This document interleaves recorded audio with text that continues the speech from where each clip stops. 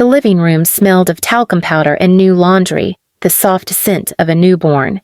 My grandson slept in his cradle, tiny fists curled, chest rising and falling like fragile waves. I stood a step away, my hands folded against my apron, watching the little bundle that carried my blood. All I wanted was to stroke his cheek, to feel the warmth of his skin, to whisper a blessing like my mother once whispered over Daniel when he was born. But before I could move, Evelyn's shrill voice cut the air. "Don't touch the baby, you'll curse him." Her words landed like blows, sharp and brutal, louder than the baby's soft sighs. She snatched him up so quickly his cry burst into the silence, high-pitched and frightened. Please subscribe to our channel and tell us in comments from where are you watching this video. Daniel sat slouched on the couch, sipping from a glass of whiskey, his tie undone, his face tired but entertained. He laughed, a short, cruel laugh. "She's right, Mom. Don't bring your old superstitions near him. Last thing we need is your energy." Your energy. As if my entire being was poison, as if the decades I spent breaking my back to feed him, the nights I stitched his clothes under a single bulb, the mornings I walked to work in the rain so he could ride the bus to school, meant nothing but shame now. Evelyn cradled the baby and turned to me, her eyes glittering. "You'll stay away. Don't kiss him. Don't touch him. God knows what kind of curse you'd pass on. Old women like you bring nothing but bad luck." The words burned deeper than any slap. I reached for the chair behind me to steady my knees, because the room tilted under the weight of her cruelty. My heart throbbed, not just from pain, but from the echo of Daniel's laugh. He didn't defend me. He didn't even flinch. I swallowed hard, forcing my voice to steady. "I raised you, Daniel. I carried you when no one else would. And now you'd have me treated as though I were a plague?" He shrugged, smirking into his glass. "Don't be so dramatic, Mom. Just keep your distance. Don't make things uncomfortable." Uncomfortable. That word was their weapon.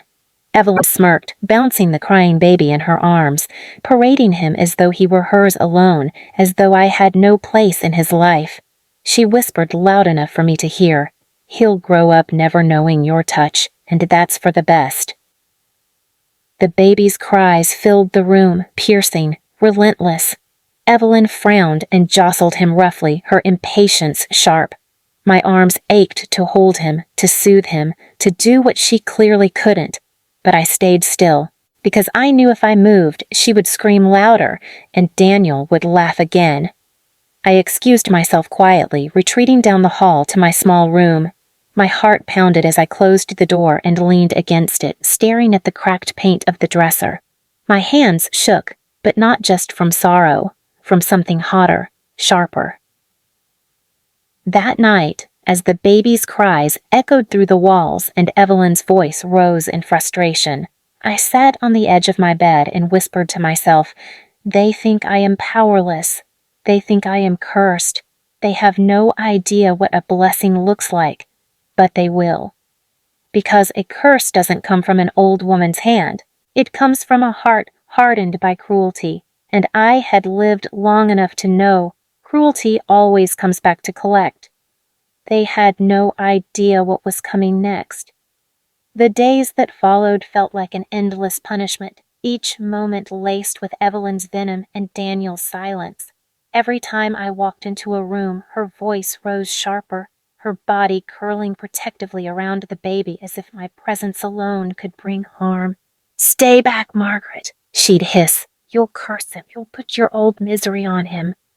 Once, when the baby was wailing uncontrollably, I stepped forward instinctively, my arms reaching in pure reflex. I had rocked Daniel through worse storms of tears when he was that small. But Evelyn spun on me, her face twisted.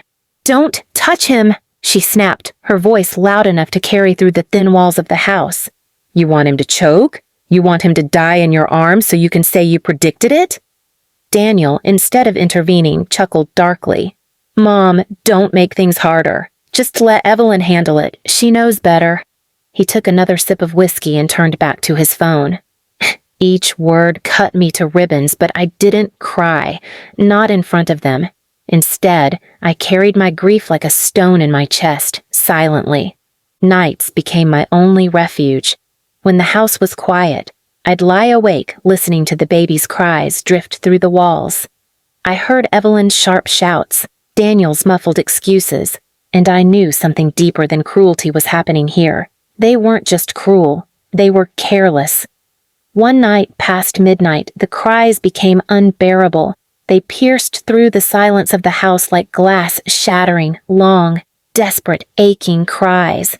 I slipped quietly down the hallway and stopped at the baby's door. Through the crack, I saw Evelyn pacing with the child clumsily in her arms, her face twisted with frustration. Daniel was lying on the bed, his arm over his eyes, ignoring them both. "God, why won't he shut up?" Evelyn groaned. She shook the baby slightly, not gently, and I nearly pushed the door open right then. But I held back, my nails digging into my palms until I could feel the sting of blood. I wouldn't let them see me break. Not yet. The next morning, I found my small knitting basket in the corner of the living room.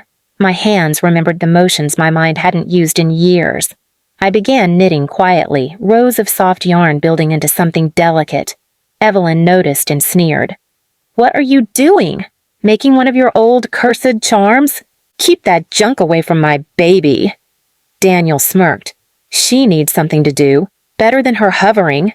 They both laughed, and I lowered my eyes, pretending I had heard. But every stitch I made was not junk. It was intent, a blanket, soft and warm, each thread carrying the weight of a grandmother's love. I wasn't weaving curses.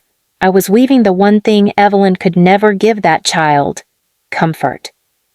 As days bled into nights, Evelyn's cruelty grew louder, bolder. In front of her friends, she called me the shadow in the house. To Daniel, she referred to me as the useless one we can't shake. And every time I tried to speak, Daniel's eyes hardened, his voice sharp. "Keep quiet, Mom. Don't embarrass us again." The humiliation was constant. Once at dinner, Evelyn pushed the salt shaker toward me and said, "Here, at least you can add some flavor. You're too cursed to add anything else." Daniel laughed until his shoulders shook. I sat silently, eating in small bites, tasting only bitterness. But my silence wasn't surrender. It was strategy.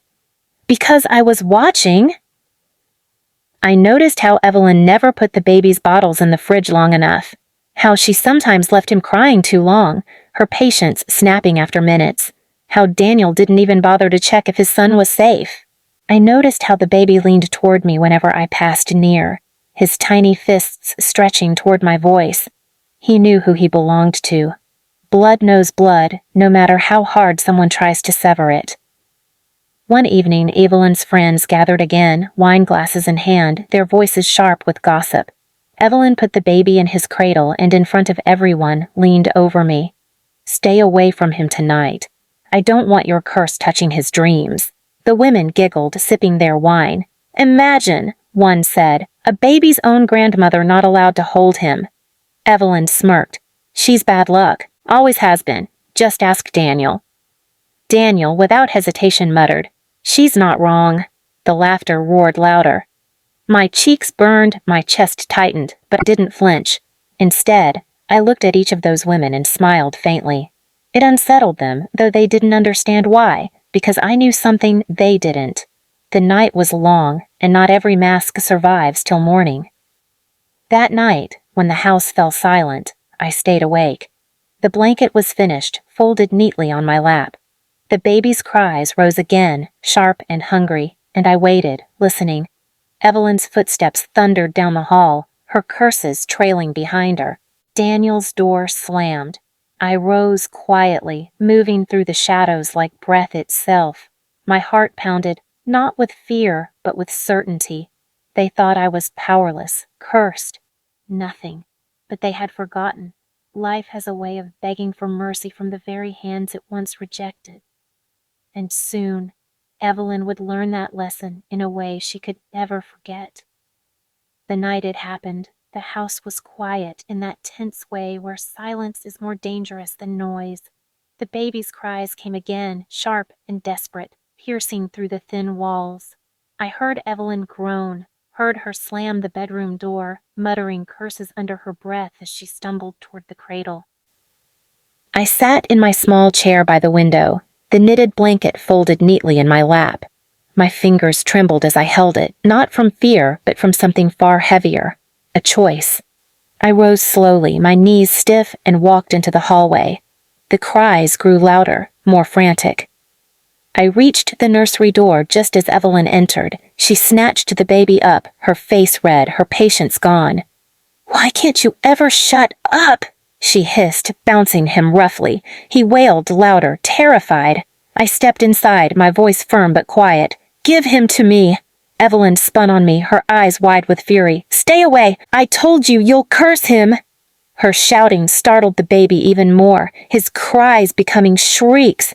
She jostled him harder, and my chest tightened at the sight. I took a step closer, my voice steel now. "You'll hurt him. Hand him to me." Daniel appeared in the doorway, rubbing his eyes, irritated. "What's going on now?" "She's trying to take him," Evelyn shouted. "She wants to put her curse on him, I swear it." Daniel blinked at me, his expression caught between exhaustion and annoyance. "Mom, just don't interfere. Let Evelyn handle it." But Evelyn wasn't handling it. She was losing control. The baby's little arms flailed, his face red from crying. My heart pounded, my instincts screaming louder than their voices.